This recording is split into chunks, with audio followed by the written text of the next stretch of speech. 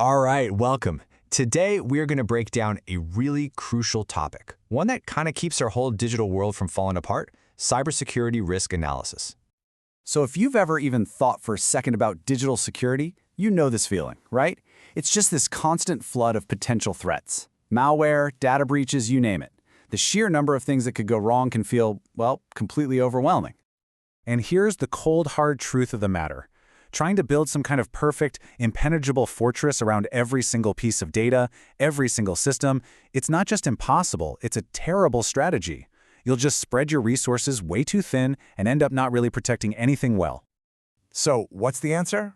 Well, instead of trying to do everything, the real goal is to do the right things. And that means shifting gears from a state of panic to a smart, focused strategy that helps you protect what actually matters most. And that strategy is called risk analysis. This is the tool that lets organizations cut through all that noise, turn that chaos we were talking about into clarity, and start making really smart, informed decisions about their security. So what is it, really? Well, at its heart, risk analysis is a formal process. It's a systematic way of identifying what could go wrong, like a hacker stealing all your customer data, then figuring out just how bad that would be for business, and then, and this is the key part, prioritizing what you need to fix first. It's all about making smart, deliberate choices instead of just reacting. Okay, to make this super simple, let's just think about your own home for a second. You don't put the same fancy, high-tech alarm system on your garden shed that you put on your front door, right? And you probably don't lock up your kitchen chairs with the same care as, say, your family heirlooms. You are naturally performing a risk analysis. And believe it or not, the exact same logic applies here in the digital world. All right, so let's actually dive in and see how this whole journey from chaos to clarity unfolds. It's a really logical, step-by-step process. So it really just boils down to 4 main steps. First, you've got to identify your assets. What are the family heirlooms you're trying to protect? Second, you find the weak spots. Is the front door unlocked? Is there a window that's super easy to open?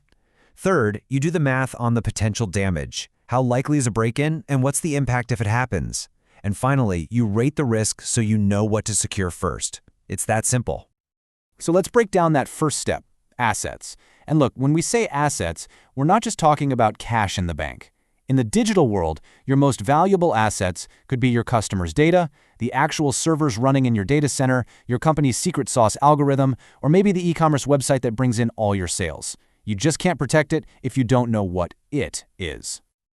Okay, next up, finding the weak spots. And it's really important to get the difference between these two things. A threat is something external that could cause harm, like a new piece of malware, or an employee with bad intentions, or even a natural disaster like a flood.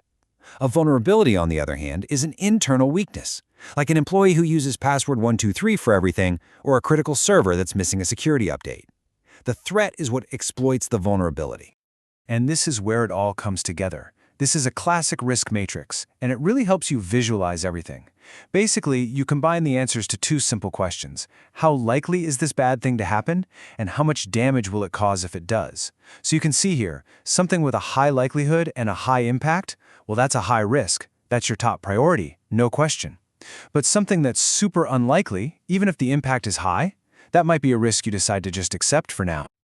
Okay, so when it comes to measuring all this stuff, the likelihood and the impact, there are basically 2 different ways to go about it. It's not always about crunching hard numbers. First, you've got the qualitative approach. This is all about using expert judgment and simple descriptive scales, like low, medium, and high. It's fast, it's effective, and it gets the job done. Then, on the flip side, you've got quantitative analysis, which gets really specific with actual numbers. So, for example, it might calculate that there's a 10% chance of a data breach this year that would cost the company $50,000. It's more complex, for sure, but it is incredibly powerful when you need to convince someone to give you a security budget.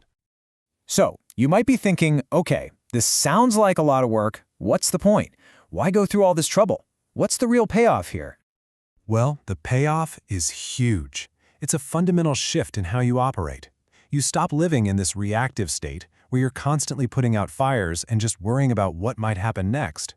Instead, you move into a proactive state of control where you actually understand your security landscape and you can make strategic decisions with real confidence.